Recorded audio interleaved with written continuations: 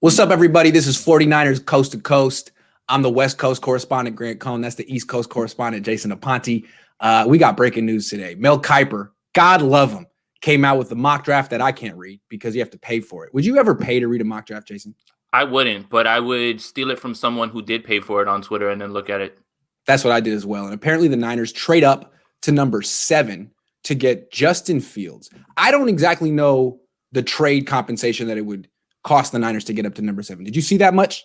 I think I did. I'd have to look it up. There was a clip of it floating around where, it was a trade with the Detroit Lions. Okay. And so that means it's 7, right? So Okay. So Mel Kiper believes that Justin Fields will be there at 7, which it's February, and I don't think that that's true, but I don't think that's pretty much what he said. Yeah. I don't think that's true either. I think no, it doesn't. It just says San Francisco trade. It doesn't say what the compensation was that was given up. Okay.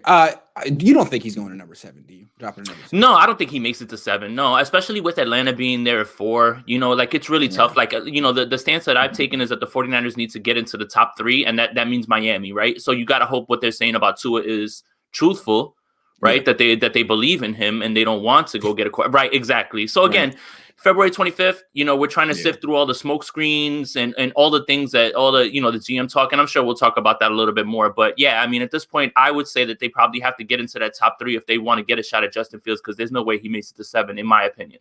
Yeah, just looking at the landscape right now, the history of what type of quarterbacks go high in the draft, just seems like he's the kind of guy who's going to go number 2. He's getting the brunt of the scrutiny right now, just because he's been the consensus number 2 guy for ever. And Zach Wilson's kind of come on lately. But I think as people start to look into Zach Wilson, he's going to actually be affected more by the scrutiny, because he's the one who's more like Josh Rosen. He's the one with the rich uncle who you got to wonder, does he need football? All those questions that Josh Rosen had to deal with, I think, are going to apply to Zach Wilson, not Justin Fields. So Zach Wilson will get his turn, and Justin Fields' stock will probably go back up. But you and I were arguing on Twitter this weekend about not arguing. That's what's a different word. We were sharing. We were debating. We were conversing. Okay. About Justin Fields, and I actually think Justin Fields is the most interesting prospect in the draft. Right. He's very interesting. He's almost like a Rorschach test, and I know you like him. So I know we talked about him last week, but he's now the topic of conversation. That if he does fall to 7, I wouldn't be surprised if the Niners moved up to get him. So why would that be a good move in your opinion? If he were to fall to 7, the Niners to go up to get him. Why do you like him so much? Well, in terms of what the quarterback is, right, with the skills, right, I think that it was Mel Kiper who, let's be frank, right, Mel Kiper, while he's respected in this industry, doesn't always get it right, doesn't always have the best takes, because nobody ever really gets it right. So I'm not trying to use Mel Kiper as gospel, but I did. This one thing that he said really stood out to me, and it kind of made something click in my brain when I did my evaluation of him. Was you can't evaluate what the guy does. You have to be able to project. And I know that sounds stupid, because you're trying to project something that you have no control over or anything like that. But I think that's what it is. And I think that this period in between right now in the draft is a lot of overanalysis at this point. People are bored. They're looking for things to nitpick, right? The same concerns that everybody has are still there, but now they're coming up with new concerns. And it's so eerily similar to what happened with Deshaun Watson and what they said about Deshaun Watson. Same thing. One read, this, that, boom, boom, he falls. And now look, everybody wants Deshaun Watson. So, there is parallels between that and what's being said about Justin Fields and Deshaun Watson. What I like about the kid is he's not a one read guy. That's not true. What happens is, and again, this is information that I learned from other people who are smarter than I am, who have access to playbooks, and who actually understand concepts. Is it Shane Day? Which day is it? That's the Ryan Day. Ryan Day. It's Ryan Day. Yeah. Ryan Day. Okay. Not which exactly. Day is it? It's Sunday. Right. Not exactly the best, right? We saw him with Chip Kelly, right? So a lot of his routes are downfield, take a ton of time to develop. Some of them are choice routes where the receivers are not declaring in time, and Justin Fields has to hold the ball a little bit longer. So if you think that he's holding the ball because he can't get through his reads, you might be right on certain instances, but other instances you can see receivers not declaring where they need to go. So I think that's a little bit overblown and overstated as well too. So also people calling a quarterback a one-read quarterback, no one's a one-read quarterback. You can always find examples of a quarterback going to a second read. And so when you call someone that, it's overly reduction. Yeah, it's not fair. It's not really fair. What do you really mean? The other thing is that most college quarterbacks are one read because they make them the first read, right? Like that's the thing. It's again, you can't use what's going on. You have to be able to project, right? And I've seen him be able to do that. Like I've seen him 1, 2, and then the 3 guy up top and go, and this is in the Clemson game, hit a shot over the middle. So, I'm with the kid. Basically me being in on the kid has a lot to do with his physical skills. Yes. But again, I'm coming to you in a roster construction, from a roster construction point of view. Yes. You're talking about being able to have a quarterback who is cost controlled, and you and I have discussed how much that matters, right? Sure. He's cost controlled. You do whatever you want with Jimmy Garoppolo. I'm done speculating on that. I'm not going to talk about whether he should be cut or traded, whatever. But that money that you can get out of right now is so vital in a year where the salary cap is down. I'm not talking about anything other than roster construction, okay? Yeah. Roster construction. You can bring other guys back, and it's so funny how the perfect storm of Jimmy Garoppolo's out, this quarterback group, and the salary cap have all come together for this scenario now, right? If you don't move off of Jimmy now, it becomes far harder down the line. And next year's class, I could be wrong, isn't filled with the guys that I think are in this class. This is why I think all of these things matter right now in terms of what they should be doing. Okay, let me raise my concerns with Justin Fields. And because again, any team that takes him, that trades up to 7 for him, has to at least answer these questions. So this is why I have concerns about Justin Fields. I think he's the most physically gifted quarterback in this class. In terms of raw tools, I think he has the best ones. Would you agree? Yeah, I mean, it's up there. Yeah, for sure. I think he's stronger than Trevor Lawrence, faster than Trevor Lawrence. His arm is just as strong. Theoretically, he has the most upside in the draft.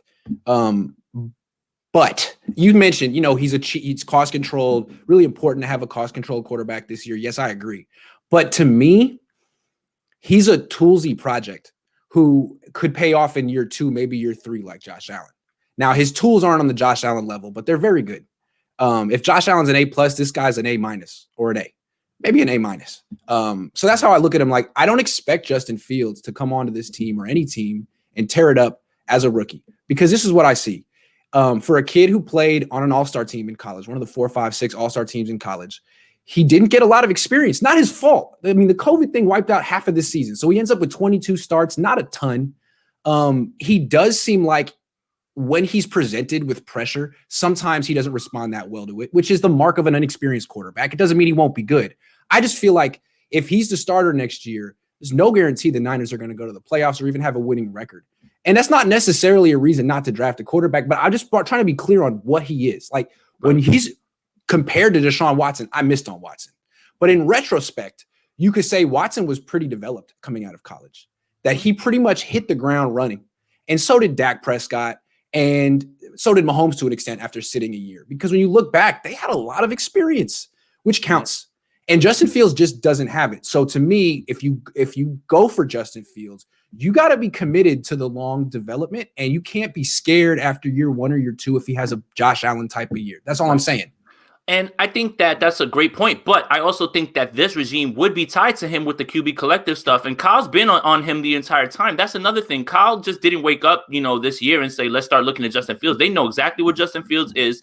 And if they are, I'm not speculating. I don't know anything clearly. If they are looking up, they've considered all that and they understand exactly what they would do with him. It's just the issue that I have with the whole idea of drafting Justin Fields and then running it with Jimmy is now you've got a $27 million placeholder, and I hate that idea, okay? Now, if Justin Fields is the starter, maybe this team is a playoff team, but if they show things going in the right direction, that's what you really want, because you can have years of him being cost controlled, and then if the cap goes up, now you're really talking about building this roster. Again, this is purely from a roster construction point of view. That's it. That's really all it is. It just seems to me that if they keep Jimmy Garoppolo and trade up for Justin Fields, if that's their plan, like bring in the heir apparent, let him develop, and when Jimmy Garoppolo gets hurt, throw him in there. It seems to me you're kind of creating a situation like you created that they had in Philly, where the first pick doesn't help Jimmy Garoppolo.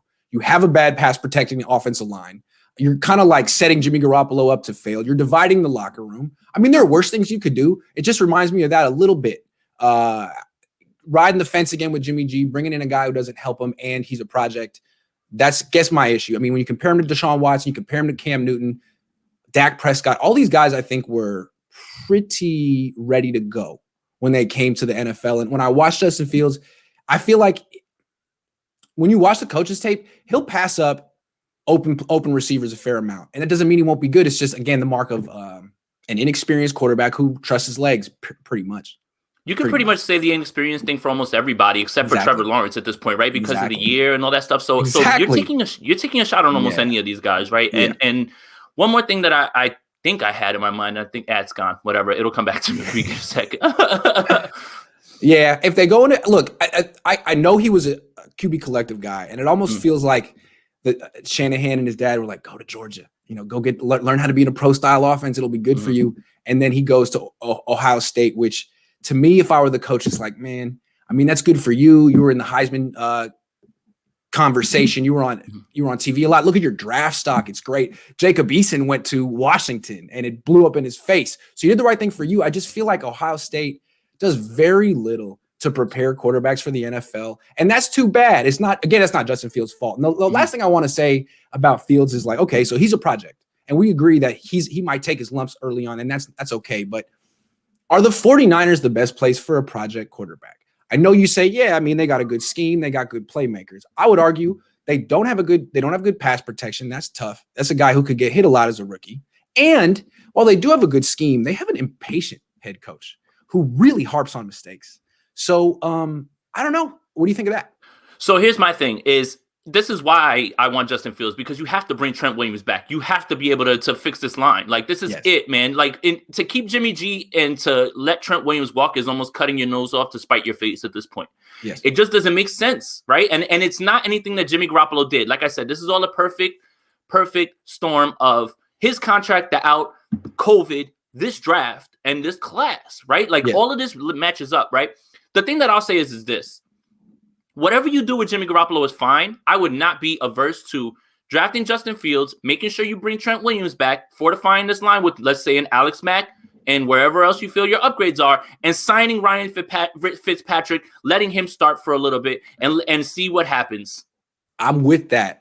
I'll take it a step further. Fitzpatrick is one, Andy Dalton's another, but I got a third name, and people are not that enthusiastic about him anymore. But honestly, if the options are trade up to number 7 for Justin Fields, which I'm not super enthusiastic about for the reasons I've laid out for the last 10 minutes, or give a 1-year, $3 million contract to Cam Newton, what's the difference, man? One guy's has way more tread on the tires, and he's been through some surgeries and stuff, but Cam doesn't need any development. Cam is Cam. Justin Fields isn't really Justin Fields yet. Right. If they're into Justin Fields and they think they can make it work with him, bring in Cam. And here's the other thing about Cam, right? Like, I know, what you saw last year, at times even I was like, oh my goodness. But here's the thing. Kyle running RPO, running, those play actions, having a great running game and everything as well. Cam would be fine. He would be fine. I wanted to dispel the notion. England, man. There were none. Right? None. I wanted to dispel the notion that Cam is absolutely washed, because those weapons in New England after Edelman went down were even worse than Tom Brady had, and Tom Brady struggled. Yeah. So look, if they take Fields, I'm cool with that. Just cut Jimmy and sign Cam. I think Cam will be a good mentor for Fields. Wildly inaccurate at times. Yes, all those things are still there for Cam and everything as well. I would lean Fitzpatrick because of what I saw last year, especially in an offense that wasn't. It's not high flying. Chan Gailey was, very much in his old school bag, So I just think that Ryan Fitzpatrick gives you a shot to at least make the playoffs while Justin Fields is behind him. And he's done it before where he's been a placeholder for other people. So that's just a name to throw out there. True. Like if I had to rank it, I'd probably say Fitz, Cam, and then Dalton, honestly, of those three, if we were doing that. I just feel like Cam would be a good fit if you go into business with Justin Fields, because the offense would change a little bit for Justin Fields. There'd be more quarterback runs, and now Cam could do that same kind of stuff. Ryan Fitzpatrick wouldn't. Fitzpatrick's a better quarterback than Cam Newton, but I think so too. But even though Cam, what playmakers has he ever played with? Ever? Good point. Greg Olsen? Even at Auburn, there was no one. So when they went 15-1, Kelvin Benjamin got hurt. It was Devin Funches, Philly Brown, Jonathan Stewart, Philly Brown. Yeah. I mean, yes, man. You're absolutely right about that. And they went 15-1 that year, but because their defense was incredible and Cam was incredible that year. I'm not the biggest Cam fan, but if you're going to talk me into Justin Fields, then I'm going to be like, well, then in that case, I like Cam Newton too, and he's cheaper. because these rookie wage scale quarterbacks aren't expensive, but they're not super cheap either. I mean, they're about what, 5, 6, 7, 8 million plus the draft picks. So it's something to think. A little alternative. Let's move on. Yeah, let's move. Okay. This Russell Wilson news. He listed 4 teams that it sounds like he wants out of Seattle, and he's doing it in like kind of a polite milquetoasty vanilla way. Like, hi, I would really appreciate a trade. Let me. When I read that, let me tell you what went off in my mind, and I almost went to walk to my wife to test this out. Honey, I love you. I want to be here, but if these 4 other women pop up, I'm out. Okay. If Darlene down the street says that I'm available, I'm out. But I'm committed. But if Darlene down the street, here's the list. Mary across town says I'm out. Yeah. That's basically what that's. And I got a lead on both of them. Like, they texted me last night. I'm feeling pretty good about it. But you're my safety. I just want to make sure that you're aware. Yeah. But it's business. No, absolutely. That's pretty much where they're at. So it seems like a breakup's inevitable. And from the way I look at it, if I were running the Seahawks, I would want to trade him. They've tried it so many times to win with him making all this money, and they can't. Like, their formula is strong defense, strong running game, athlete quarterback who's not super polished. I mean, he's not the engine of the team over there. Like, they might be able to do pretty well with a guy like Justin Fields. They should do that. Like, trade Russell Wilson for the number 2 pick if you can. But that doesn't concern the Niners. What I'm looking is, he lists the Raiders. He lists a bunch of teams that maybe, the Raiders in particular, like, are they going to trade Derek Carr back to Seattle? Would Seattle even want him? Or can the Niners swoop in there on a 3-way? And would you want Derek Carr? Because to me, he is certainly an upgrade over Jimmy Garoppolo. No question about it. He may be, but how often do these 3 teams trades happen where like franchise quarterbacks are swapped around, right? So like that, I love the thought, the hypothetical, right? Like, that's cool. It's just, I think the best thing about this would be that Russell Wilson leaves this division. Like, I just don't want him here anymore. Yeah. Like, I don't want him in this division. I don't want to see him 2 times a year. I don't want to see him with the ball in his hands with a game-winning drive. He was, here's another thing. For as much blame as Russell Wilson is given to his offensive line, he has to own the way that he played the last 8 games. You had Rich Madrid on recently, right? And he just did a whole thread of showing Russell Wilson turning down open throws and running into sacks and running out of the pocket, and he was awful. Now, you want to blame that on Brian Schottenheimer? Be my guest. But there's a lot of things that he needs to take ownership of. That's why, if you notice, one of his linemen, right after he said that, like, tweeted like a facepalm emoji, because it's like, bro, if I block for you for 2 seconds, that's all you're going to get pretty much anywhere that you're going. You have to get rid of the ball. And Russell Wilson needs to own the fact that he just wasn't good down the stretch. As good as he was to start the season, that's how bad he was to end the season. To me, it looked like he was trying to play like he did when he was 25, 26, and he was discovering that he's no longer as quick as he used to be. He just can't make he can't make 3 or 4 guys miss in the backfield like he used to. So Russell Wilson doesn't take hits on scrambles. He takes hits in the pocket. Don't act like that. He doesn't feel that all the time, and he hasn't been hurt by them. So that's the thing, right? Like, for him to blame the offensive line, sure, you can in instances, but you got to own a lot of what you did this year too, because you were not good down the stretch. So do you think that he ends up getting traded this year to a team outside of the division and the Seahawks fall off? Yeah, for sure. Possible, right? We've said that this team is a 6-win team, 5-win team without Russell Wilson. And even as bad as he played, they still won games down the line. And that was because of him. Like, yeah, they'll go right in the tank. They'll immediately become the worst team in the division. Immediately. Interesting. Well, that bodes well for the Niners, because right now they look like the worst team in the division with the worst quarterback in the division. But see, I think I don't know about that one. I would say Arizona's probably the worst team in the division still too right now. I mean, you could make the argument that Jimmy's the 4th best in the division, that's but true. I wouldn't say I just expect Arizona to make moves in free agency because they have they don't have it. How do they not? No, it's not that. Man? It's not that they don't have it. They still got Cliff. But if that's it, man. I cannot get behind that team if Cliff is there, man. I can't. I just can't. He's awful. Yeah, he really is awful. I like when they go spread 5 wide, all curls, though. That is money. Yeah, I love it when they line up DeAndre Hopkins on the left side and make him run every single play. Yeah. Okay, so hold on. My prediction. I mean, he could go to the Raiders, but I think you have to have like a real high draft pick to get Russell Wilson, because this team's going to want a replacement. And to me, it's such a natural to send him to the Jets, which is just, career suicide for Russell Wilson. Good luck with the Jets and Robert Saleh throwing to whoever you got over there. And then they can get the number 2 pick and take Justin Fields. Well, they have the second most cap space behind the Jets. The Jets. Yes, the Jets. The Jets. So if they bring Russell Wilson, they bring in a quarterback. Allen Robinson will probably be there. This guy will probably be there. So that's the thing, right? And then again, this is what's cool about these hypotheticals on February 25th. Things, as soon as free agency opens up, then needs start to open up. And there's going to be a lot of prime free agents on this market because of people getting under that cap number. So we're like just in the beginning of one of the craziest off seasons of all time based on COVID and based on everybody trying to get under this. So I understand the thought process of, hey, the Jets end people's careers and things like that. But I think there's a new, man in town. So Saleh and McDaniel, you run a Shanahan offense, you put some pieces around them. It's got to be better than it was before. But I agree with you. The stigma of that franchise is still there, and it's still very prevalent. The only thing that might hold back Pete Carroll from sending Russell Wilson to the Jets is he may not want to set up his Robert Saleh to look better than him and be better than him. But look, I still think that that's what's going to happen, unless you think there's another one. And I think it'll be interesting. You like the Niners to move up for Justin Fields. I do. It's possible that they'll be facing him twice this season for the foreseeable future. Cool. But they'll have Jimmy Garoppolo, so it's all good. So don't worry about it. You had to say that last part, didn't you? Eric Rucker has a question, which makes I will just jump ahead to it. Okay.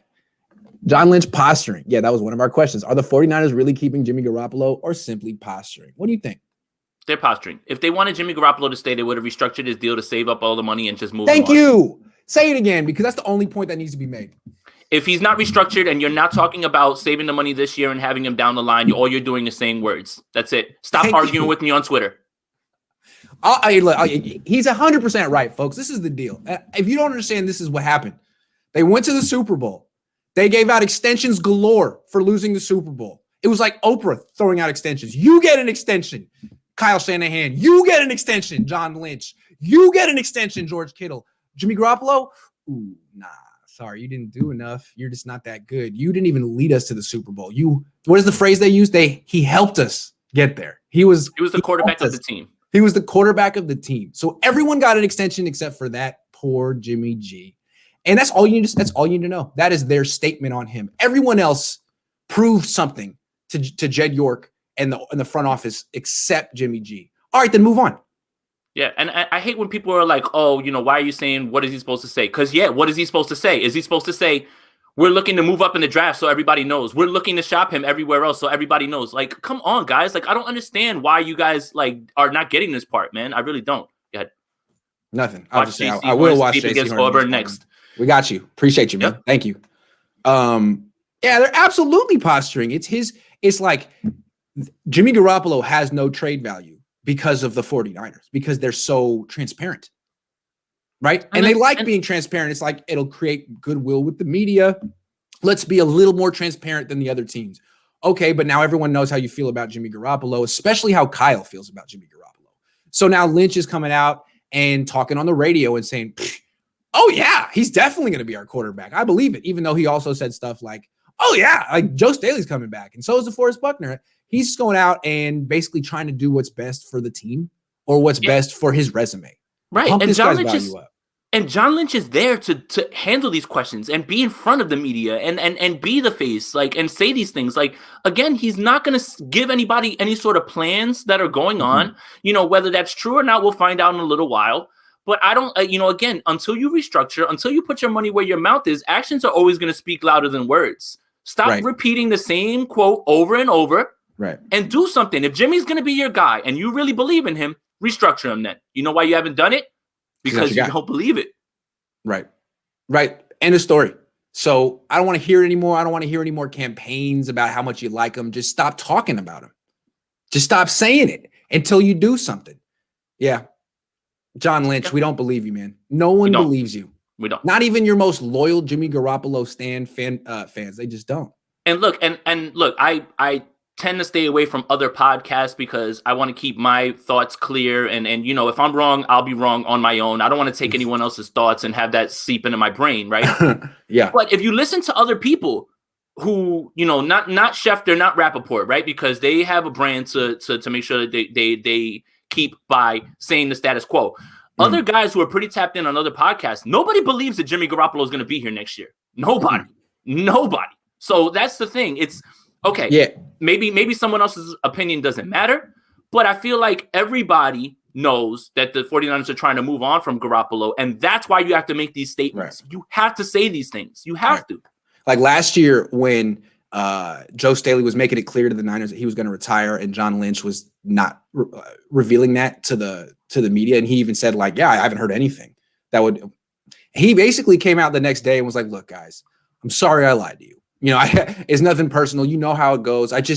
I can't let the whole world know that we're in the market for a left tackle. I mean, I can't let everyone know. And I think that's the position the Niners in now. Like the whole world knows they're in the market for a quarterback, that they want to get rid of Jimmy Garoppolo and they want to draft one in the upcoming draft. So that means people are going to gouge them in the trades when they move. If you want to get Fields, well, you're going to need more because you're desperate.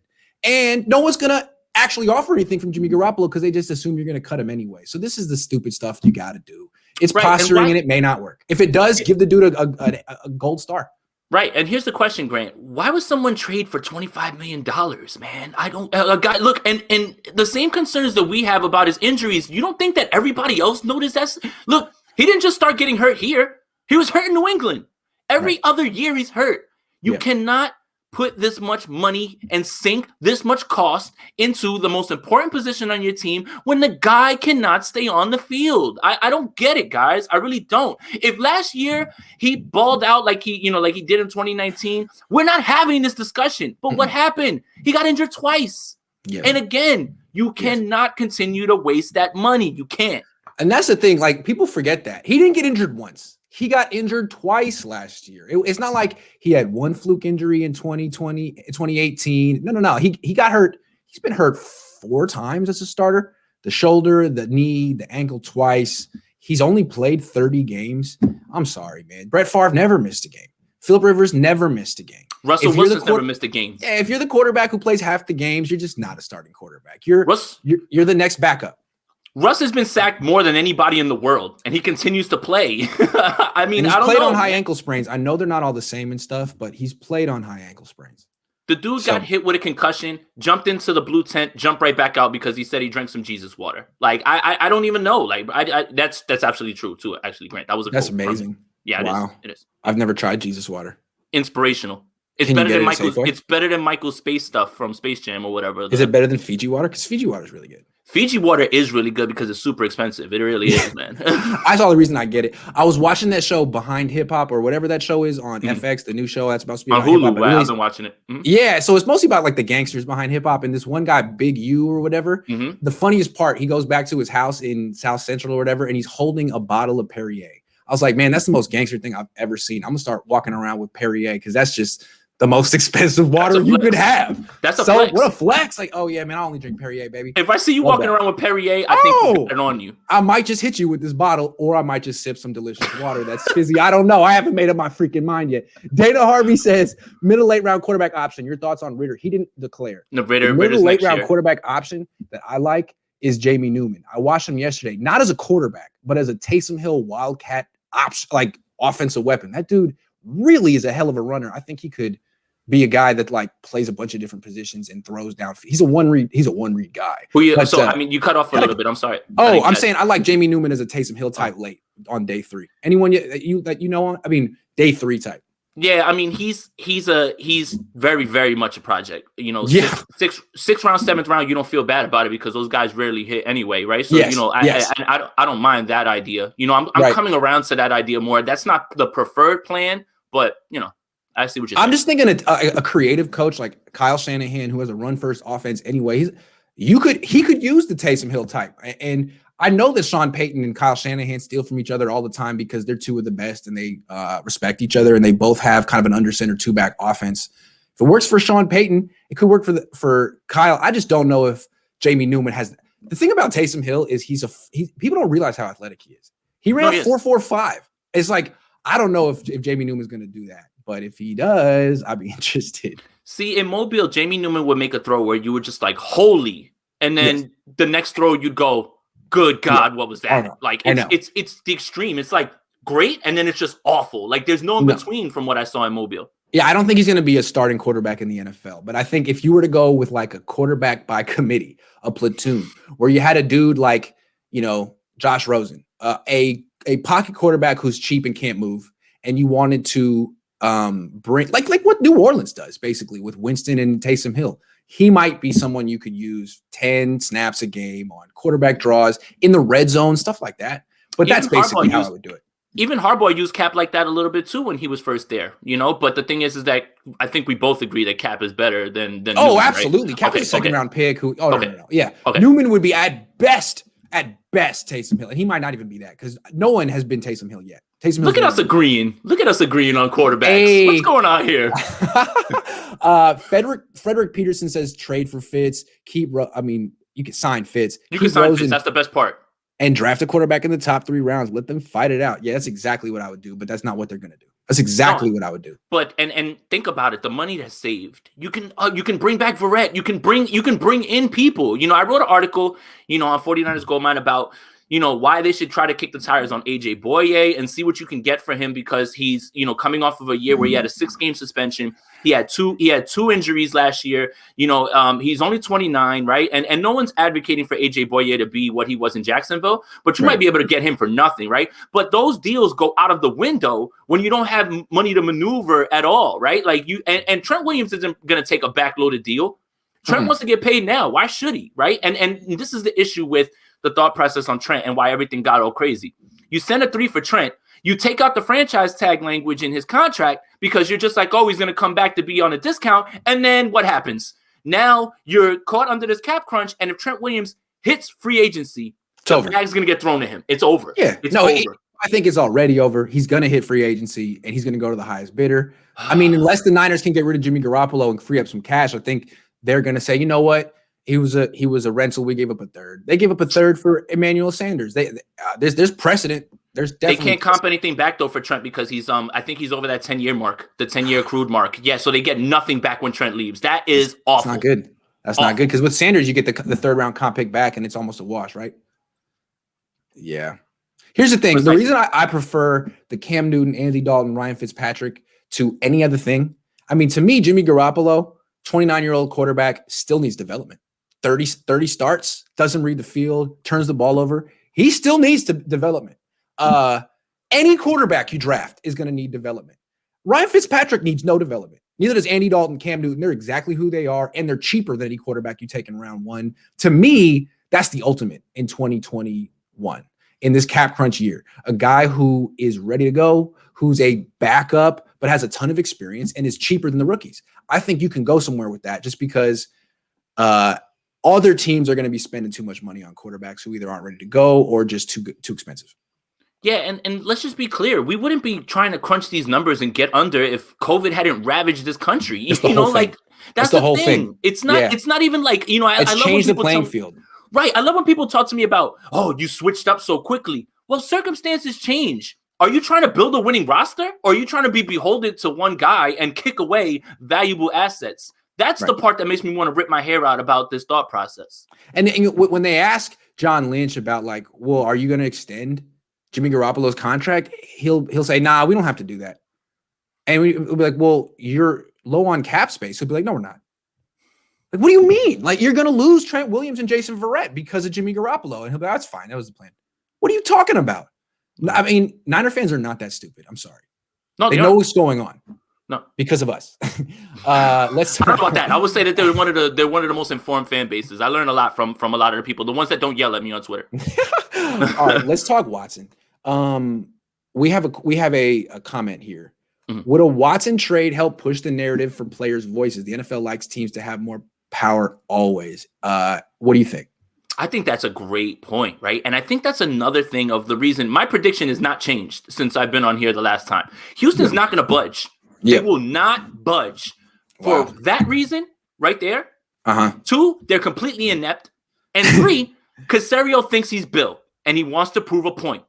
I don't think they are going to move Watson. They will fine him every single day that he doesn't show up. And remember, you can't waive those anymore. New NFL collective bargaining agreement because the league was trying to stomp out holdouts. That's right. Trade demands. Right. It used to be you'd hold out, they'd fine you, you'd come back, they'd give you the money back. And it was like, hey, all right, no harm, no foul, you're back. Let's water under the bridge, let's move on. They don't do that anymore. Now that's money's gone. Sorry. Against the rules to give it back. And that's what I'm saying. This is why this is such a great point, right? And I see a lot of complaints about the fact that people don't like the NBA anymore because the players dictate all those things. That's a real concern, I believe, for the NFL, especially for the Houston Texans. They definitely don't want to be told, all right, I'm out of here, trade me. And I think that's a great then point. You have these like certain franchises that are worthless, right? Yeah, like, I mean, they're just they're a poverty franchise. That's right. It. When Andre Johnson never says anything ever, nice about saying you. Things. Yeah. Come on. That's true. All right. So my question about this, I mean, I know you said they're not going to trade him. They're definitely not going to trade him before June 1. Mm-mm. And after June 1, I don't know if they'll answer calls. They should. I mean, honestly, the guy doesn't want to play for you. You should get a boatload. You can get a boatload for Deshaun Watson. Why are you being so stupid about this? I swear. So I'm saying, look, I think since they know they can't move him before June 1, they're creating the perception that they're not going to move him just to you ever see that South Park where Cartman buys the amusement park and says no one can go and it makes everyone want to go to the amusement? It's like that. It's like you can't come. You can't have Deshaun Watson. And then everyone's like, oh, I really need him now. And then it's like June 1 happens. It's like, all right, we'll answer the phone. That's a great comp. That's a great comp because then he winds up letting a few people in because the rides break down. He has to pay for. That's a great episode. And I compare everything to South Park basically. So look, let's say they're doing that, and June 1 they magically answer the phone. The Niners need to call. And so, what is the offer that they should make? I know what my offer is. Do you want to say? Do you have one, or do you have one? I really don't. I mean, it would be a player. It'd be one of those three guys that were mentioned by Miyoko. Then let me throw out what mine is, and you tell me if it's too much or too little. Go ahead. To me, it's Nick Bosa. I think that's the Niners' #1 trade asset, except for maybe Kyle Shanahan. Nick Bosa, the first-round pick in 2022, since this is a post-June 1 move, not the first-round pick this year, and a conditional pick in 2023 that becomes a first-rounder if the Niners go to the Super Bowl with Watson in 2021 or 2022. Is that enough? It sounds good to me, and I think you're right about what you're saying about Bosa being the most valuable trade asset, right? Because he's still coming off the injury, and people still believe that he's just about to snap back into 2019 form. And he's young, and he's right. He can, he might not. Those are very valid concerns, but yes, he is the one that has the most value out of all of them, right? I don't think that's enough to get it done. I really don't. Wow. I really don't. Houston. I wouldn't go any further than that. If they say no, that's fine. Good luck, man. Yeah. Good luck. Yeah. I mean, I think that Houston is waiting for just like you said. We don't. You're not available. He's not available. He's not available. All right, we'll give you 7 first-round picks and 8 players. All right, yeah. Now So yeah. Okay, great. Right. Yeah. I think that they think that that's what's going to happen, and I don't think that's. I think so too. It might happen if they can get 7-8 assets for Deshaun Watson. They probably win the trade. I don't think in a salary capped league. With that you have to have 53 players on your roster, that it's really ever smart to trade that many assets. The reason I like my trade proposal is it's just 3.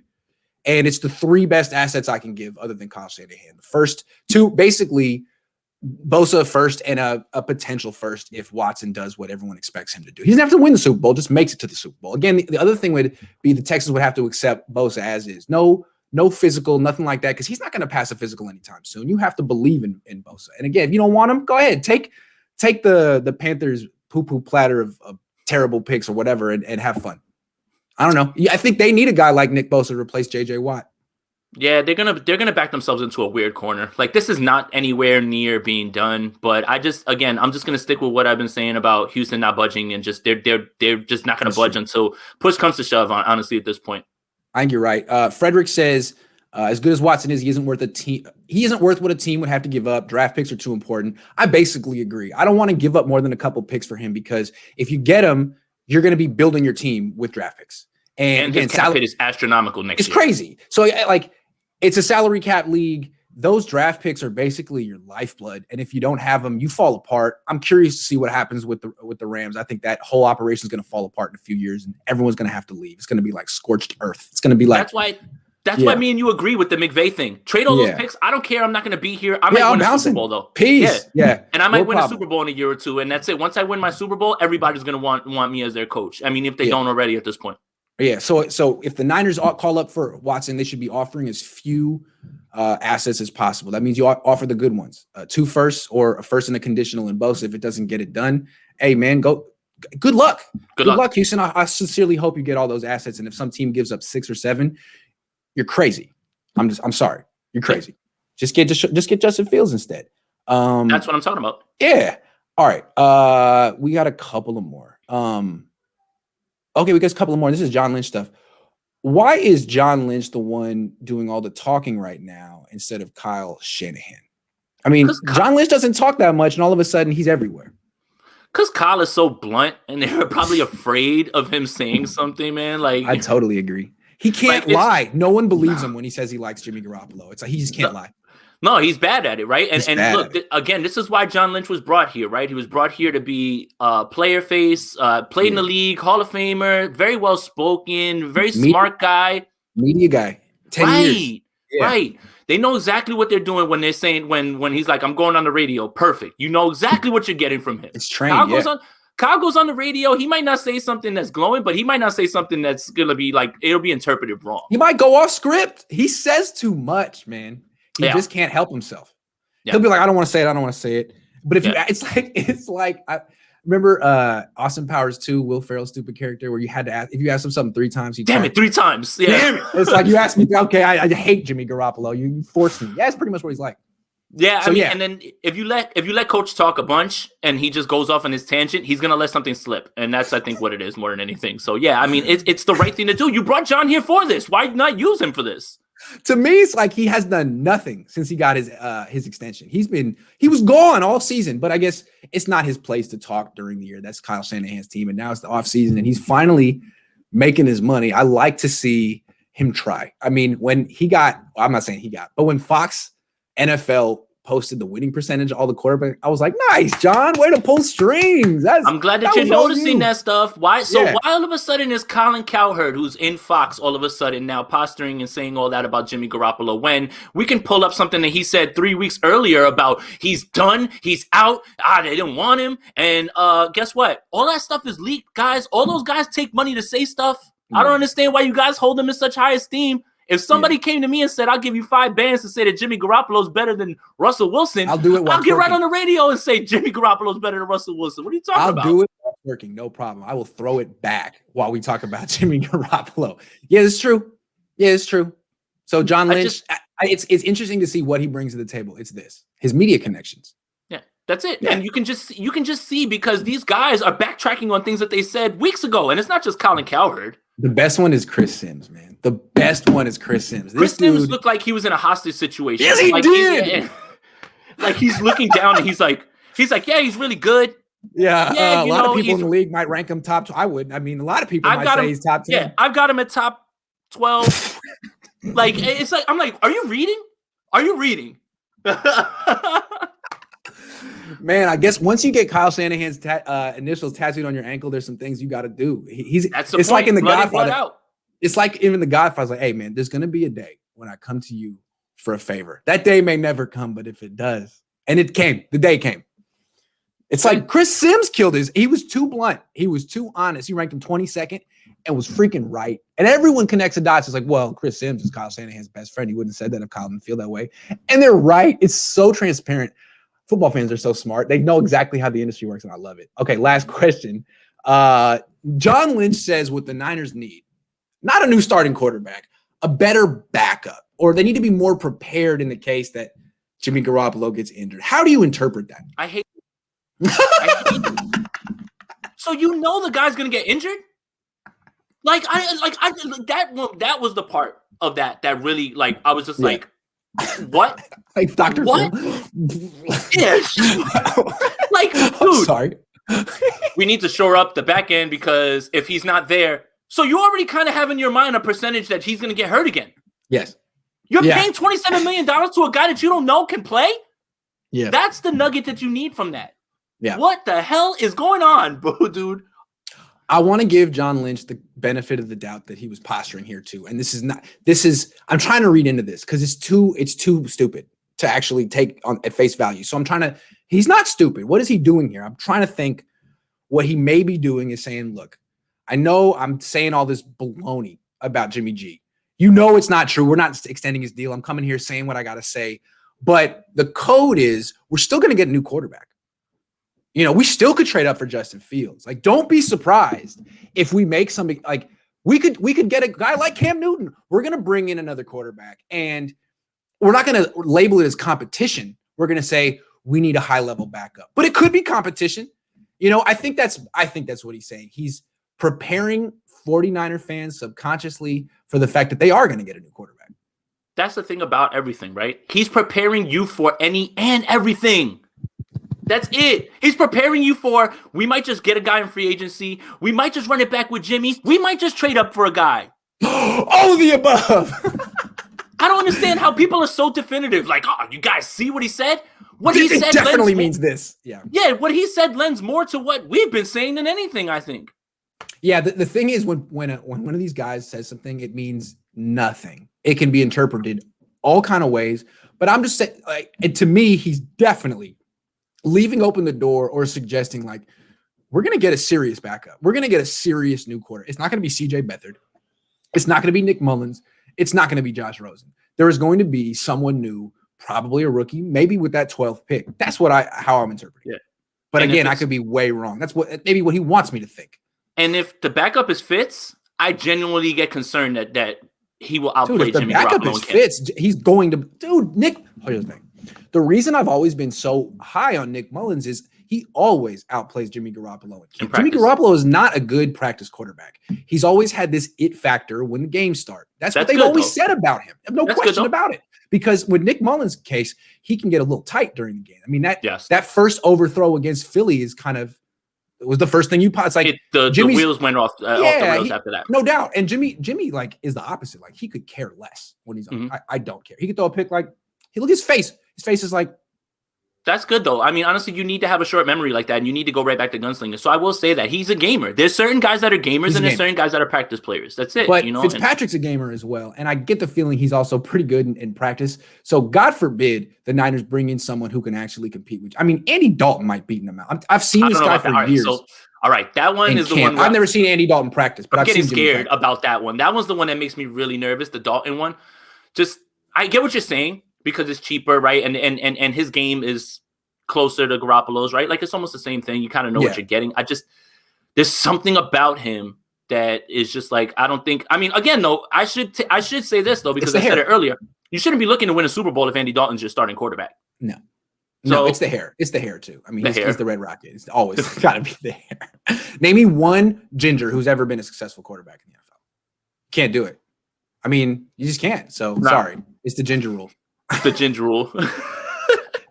The ginger episode of South Park is definitely one of the best ones. Dude, I can't believe you're a South Park fan like that, man. I love South Park. I've seen all the episodes, man. My mom wouldn't let me watch it when I was in like 4th, 5th grade. Me neither. So by the time I got to middle school, I used to tape the episodes so I could like basically memorize them. Jesse says my scenario drafts Slater at 12. I'm cool with that. Let Trent walk. I'm cool with that. Sign Villanueva. Ooh, so we're replacing McGlinchey too. Now you got my attention. My question: can you kick McFloppy inside? Hell no. You can't. He's absolutely too tall. Not. He's too tall to play guard. That's the issue. He's already too high a tackle. Exactly. You know, in his technique. Yeah. So you better off moving him to tight end. What the thing with Slater is that I think he's going to drop because people are whispering that short arm thing, and really? He has short arms. You know how short? I don't know. I can't remember. I can't tell you, but I know that's the narrative right now out on him. And again, when we talk about draft quarterbacks and things like that, there's things being leaked about every single player in this draft. The draft drop stock. So like this is what we're talking about when we say smoke screens. People are paid to say things. People were paid to hype up Mac Jones at the Senior Bowl, even though he wasn't good. Even though I am coming around to him, I'll give you that. I am coming around to him a little bit more. I really am. I'm on a roller coaster with him. I like his anticipation, but I can't get over the fact that he has 0+ traits. 0. Not That's one. the thing, right? That's always been my complaint that he's safe. But you shouldn't take that as not his size, not his mobility, not his arm. I mean, that's why when I was on last night with this dude Jesse Naylor, he compared him to Matt Leinart, and I was like, oh, I see that. I know exactly what you mean. You know, Leinart was the man at USC, and he threw downfield. He looked great, but when he got to the NFL, he was like, "Oh my God, his traits are so mediocre. It's gonna," and he failed. But that wasn't the only reason he failed. He was like not committed. He told teams when coming out that he was going to be a crossover star, that he was going to be an actor as well. I don't think that was the right approach, man. He had one good half against Chicago when Dennis Green. When they let him off the hook. Yeah. I remember that. It was so good. You know, I interviewed Dennis Green like 2 months before he died. I got him on the phone. I was doing a story. I was pitching to Sports Illustrated about the West Coast offense that they never took. And I interviewed Sam Weish, all the old Bill Walsh disciples. And I had him on the phone for 15 minutes and I had the recording and I deleted it. And he was so helpful. He went through all the stuff about what makes the West Coast offense, and the 3-step drop and the 5-step drop. And he died 2 months later. It was a very weird feeling, but I mean, at least I got to talk to him before he died. Also, I talked to Keith Fonhorst. He was the right tackle or one of the tackles in the Niners back in the 80s. I called him the day that Dwight Clark died. I wanted to get a quote from one of his teammates and he hadn't heard. So I broke the news to Keith Fonhorst. And then a few weeks later, Keith Fonhorst died. It was the craziest thing. I don't know how we got to this, but it was things I remember about.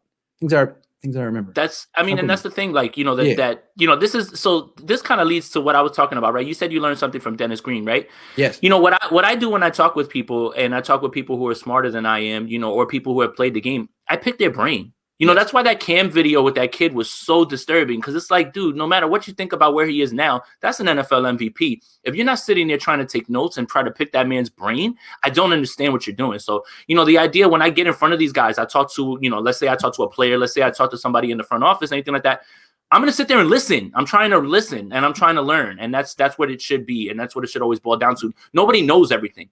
And if you're not trying to get better, you're going to get worse. The thing about that Cam Newton thing, I was impressed with Cam in that. Yeah, me too. He did everything right. Yeah, a lot of athletes might have lost their cool, cursed out a kid. And he actually, I might have too. I would have his ass out. I would have been like, get out. Get out. He made it a teachable moment for that kid. I thought Cam looked like a real mature leader. And I had this perception of him because I covered him during the Super Bowl when he was like 25. I thought he was a straight up diva. I mean, that's his worst moment. Yeah, I always like the whole week leading up, he seemed like a diva. And then when he lost, I didn't like the way he handled it. And that was my perception of him. He was a young man. To see him now at 31, I was like, oh, he really has matured. And now I've like been more into the idea of bringing him like in as a bridge one season guy, because I was like, you know what? Maybe he actually has been written off too soon. Maybe he could benefit from being on a team with playmakers, and maybe he's matured. I don't know. He's not particularly athletic. I mean, particularly accurate, but his completion percentage the last 2 seasons when he's been healthy have been very high. So maybe he has matured a little bit. I don't know. Yeah. And I've been a Cam defender since day one, right? Because people jump on Cam for anything. And this is what I was talking about painting him as a villain all the time. People jump on black quarterbacks for anything. Thank you for saying that. But that's my thing. It's just like, dude, the whole time going into that Super Bowl, I had been defending him. He was crazy dancing all year, doing his thing. He was out of his mind. He won MVP, deserved it. Yeah. Absolutely. 15-1. But you have to show more grace there at that moment. That was the time where I was like, man, now I can't defend you now, because that's something that you and it defined him. It was his moment on the big stage. He's never going to make it back. It defined him. So it was interesting. Like, I wasn't even checking in on, I don't care about Cam Newton's maturity. It's like you're yesterday's news. But to see that, I was like, oh, wow. I didn't think he had that in him. He's clearly, I don't know if Jimmy Garoppolo, it took a lot of poise to do that. He seemed like, I don't know if I could have done that. And I'm older than Cam Newton. That was very, very impressive. And it looked like, this is a guy who could be a coach later. He has that kind of, it's like, I don't want to ruin this kid's life. I'm going to make this a good moment for him, and he'll respect me more for it. I really like that. And if the Niners bring in Cam, I wouldn't be against it. That's all I'm saying. I'm not against it either. It's just, I listed them out. So Fitz, Cam, and Dalton, I'd say. I'm with you on that. Should the Niners pick up Chris Olave in the year's draft if he's still available? I'd love that. There's a lot of great receivers. Yeah, there's a lot of great receivers. Rondell Moore met with the 49ers too. He's another name that's out there. There's a few. Amari Rodgers is somebody that could be had later on. There's a lot of good receivers in this class. Marquez Stevenson. There's some guys here. So I'm not against it. That's not a pressing need in my mind. Yeah, it's not. But if you bring in a guy and he's cost controlled, right? We've seen, unfortunately, as much as I love him, Debo can't stay on the field either. And the thing about Olave, what I've seen is that he seems like a lot like a Pettis type of receiver. Like, not that that's a bad thing. It's just like it's all alligator finesse. arm over the middle. No.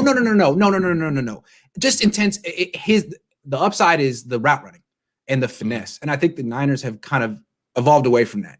They got scared off by Dante Pettis, and they look for the guys who are big bruisers after the catch, almost guys who break tackles. That's a good point. I mean, and that's the thing, right? Like that's it, right? So like Debo, Ayuk, those guys have yards after the catch. So I think he's learned Olave's from that assessment. Yeah. He's really good, though. He just reminds me of good. like a good Dante Pettis. His route running is sick. He's super good. Yeah, he's really good. He's really good. If Atlanta trades up to 2 to get Wilson, do they have to let me play week 1 at what? Sidney Curry? They have to let him play. So I think he typed let him play, let him play, and then changed it to do they have to let him play week 1 and let Ryan walk? The problem is that if they cut Matt Ryan, that dead cap is gross, right? Yeah. Do you have that up? Like what it is? Hold on, let me get that real quick. I think he's more movable after June 1. Right. All these guys are. Right, like everything's after June 1 and anything like that. But there's like, he has a massive cap number. They could sit and let him learn. That wouldn't be the worst thing for Zach Wilson to learn behind Matt Ryan in an offense that he's going to be in, which is a Shanahan style offense with Arthur Smith. So it's not the worst thing in the world to have that happen. I just don't know the cap numbers and how flexible they would have to be when it came to something like that. You pulling it up? Dude says clean shaven Grant is way more harsh. The reason I'm clean shaven is I usually just shave with like a clipper thing, but it broke halfway through, like 10 minutes before I was supposed to go live. So what would you do? I didn't have a choice. I do feel like I look 18 right now. I had to go full. So I feel like I look 18. That's why I don't go baby face, because I get carded still. I'm like, man, I'm 33. Come on. Yeah, stop. Happens to me. It doesn't happen anymore, because I go to the liquor store with a mask on now, and nobody's checking IDs. It could be I could be 17. Nobody would know. That is hella true. All right, man. I gotta let Jason go. It's been an hour. He's always very generous with his time. Jason, thank you very much. Did you get some new subscribers on your YouTube channel this week? I did. I think and we could let it out here. I think next week I'm pulling together a pretty big roundtable with a lot of heavy hitters from 49ers Twitter. So that could help a lot too. And I'm talking about you. So I'm trying to get on that. Yeah, so that should be fun. I'm in the process of pulling it all together and making sure the schedules work. But yeah, I mean everything's been good over here. Same thing with the podcast, and just waiting for news to break on quarterbacks and just having people yell at me on Twitter. It's been really fun. See, if you guys don't know about Jason Aponte, he is the most popular man in 49ers Twitter. Everyone likes about that. Everyone likes Jason, and so what Jason can do is he can bring people together. Yeah, and I think that's pretty cool. That's cool. I'm looking forward to going that roundtable. I've made friends from everywhere, on here. So I'll say that. I don't know if I'm the most liked, but I've made some friends. Just if someone doesn't like you, I don't trust that person. I would say the same, but also the jerk never knows he's the jerk, right? So like I can't really. Hey, before we go, just show people your shirt real quick. Oh yeah, cool. Rick James, fired up. I wish my daughter would walk in. She'd point to it and just say Rick James. All right, guys, we'll be back next week, probably the same time, same place, Niners Coast to Coast. Thanks for tuning in. See you next time.